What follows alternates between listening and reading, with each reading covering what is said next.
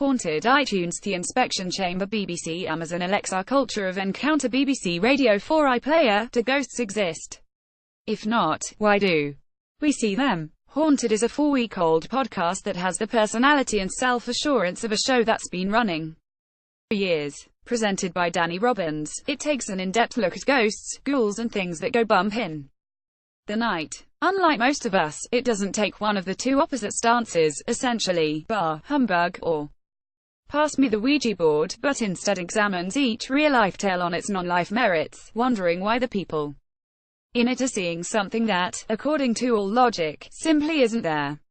Part of the podcast's joy is Robbins himself, whose exuberant presentation style borders on mad camp. So much more enjoyable than those podcasters who read from their script in a manner that suggests that presenting is somehow beneath them. Robbins' script is excellent too. He has a lovely turn of phrase and has clearly been thinking about ghosts for quite a while.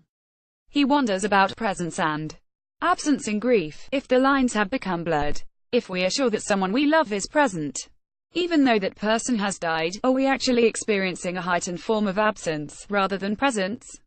The music is nicely spooky, and Robbins' interviewing is sensitive. In the most recent podcast, Death Is Not the End, he talks to a friend whose mum has died and gets from him the most wondery, moving description of his mother's body after death. I was in bits. It was a vivid visual experience, pictures conjured up by words in my ear.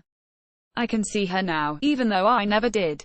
Like a ghost, the BBC is merrily forging its way into new digital landscapes, bashing away with its podcasting efforts and coming up with new ways to make its drama more exciting. In the spirit of the latter, it recently offered The Inspection Chamber, an interactive drama that you can try out if you have a speaker that's compatible with Amazon's voice-activated Alexa service. We've just got one, so I gave it a go. After a good 10 minutes of Alexa telling me that The Inspection Chamber was not in my music library, I realized that I had to say, Alexa, launch The Inspection Chamber, rather than, Alexa, play Inspection Chamber, and we were off. And, as is the way of these things, the drama was not very good.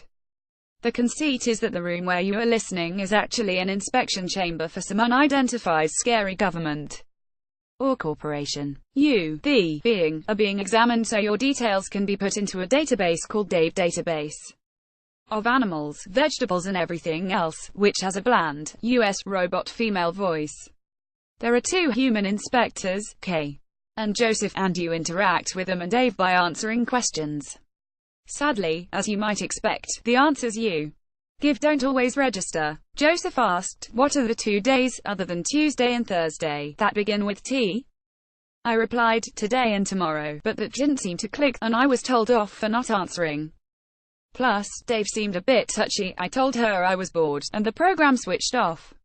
But even if it worked perfectly, I'm not sure this kind of drama is for me. I don't want to be forced to chat to my music speaker. Surely the point of great audio, whether drama or fact, is that it does its job while you're getting on with other stuff. Just space to mention Douglas Alexander's A Culture of Encounter, an interesting and sensitive program on how we cluster together according to type. Nothing new there, you might think. But Alexander explained how this is leading to strange separate monocultures, such as the entire city of Oxford, a place where no one without money can afford to live. Fascinating, and a bit sad.